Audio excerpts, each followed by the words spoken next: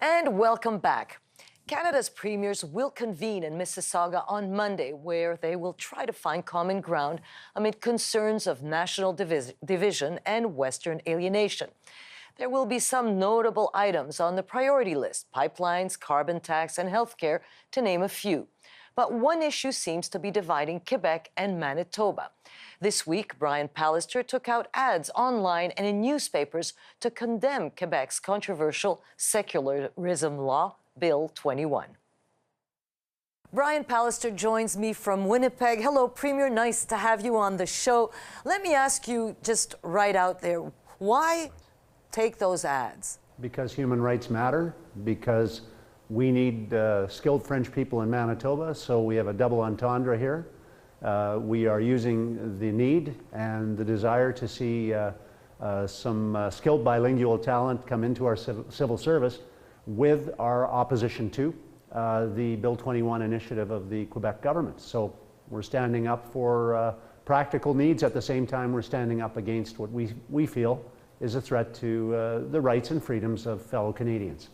So I'm just wondering about the timing. Like, why now, a few days before First Ministers are getting together to seek common ground in the GTA? Well, surely I can tell you that human rights is always a concern to me, and I think to most Canadians. So when would be a better time? We just passed a resolution in our Manitoba Legislative Assembly, unanimously, 3 parties support, that expresses our concerns and goes beyond that to reaffirm our commitment to rights and freedoms for our people here in our civil service. But I think the time for speaking out when human rights is at issue is when human rights is at issue, not later, but at that present time. So that's what we're doing. So let me ask you this, Premier. What is Manitoba offering? Your ads say 21 reasons to feel at home in Manitoba. Give me a couple of those reasons. What are you offering these Quebecers who don't feel at home, according to you, in Quebec?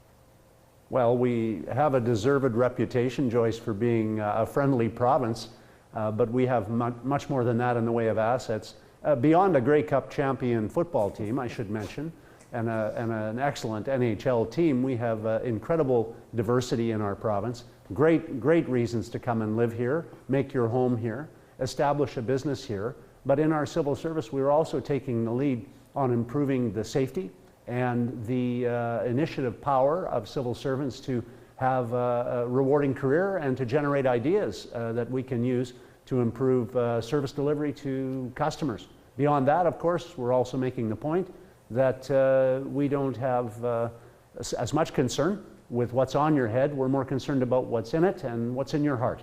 So that's our initiative, and that's what we're going to continue to stand for, as we have throughout our history. So one Quebec politician told you, quote, yesterday at the National Assembly, "Mind your own business, this is a joke." Another one saying, "Anyway, most people prefer Montreal to Winnipeg." Quebec Premier François Legault saying, "Your money would have been better spent investing in French language services." So have you guys started a fight? I think I'm carrying on a fight Canadians are proud to have, which is to stand up for freedoms. We never stood prouder than when we fought in, whether it was the Ridge at Vimy or on the beach of Normandy, but you can come up with examples throughout our history, Joyce, of when Canada has stood not just for defending our own rights and freedoms, we've stood for defending the rights and freedoms of others, including people, for example, in France. And so I would say, if these are the best arguments, that I should be quiet, I won't be quiet. And I think maybe perhaps we should get on to more substantial arguments than those. But we had you on the show a few days ago, and you were saying, in light of this meeting that you will have with your colleagues across the country, you're all gathering in Toronto or in the GTA, that you could be the one bringing together East and West. And it seems that, I'm just wondering about the timing, because Bill 21 has been a reality in Quebec for quite a few months. Why now, again, why now pick a fight with Quebec just a few days before this meeting? Well, let me clarify. I've been expressing my opposition not just this week, but consistently since June, Joyce. So let's be clear about that. Secondly, If the price of agreement is that we stand back and we're quiet about, I think, offensive legislation that threatens human rights and freedoms, I'm sorry, but I'm not going to pay for agreement like that. We're not going to sacrifice our battle for human rights on the altar of economic advantage, for example, or anything else. That being said, the Quebec Premier and I agree on numerous issues. We've been working very hard to restore funding for health care that is sustainable. We believe in reducing barriers to interprovincial trade, creating opportunities. Look, I like the Premier. I don't like this bill. So let's be clear about that. And certainly I'm ready to work with all our premiers across the country on issues of common concern, such as those and others. But you know, to suggest that somehow unanimity is going to occur because we're not going to raise an issue of importance, no, that's too high a price to pay. When rights are threatened, we should all be concerned, not just because it is our personal right, but because it's our personal responsibility.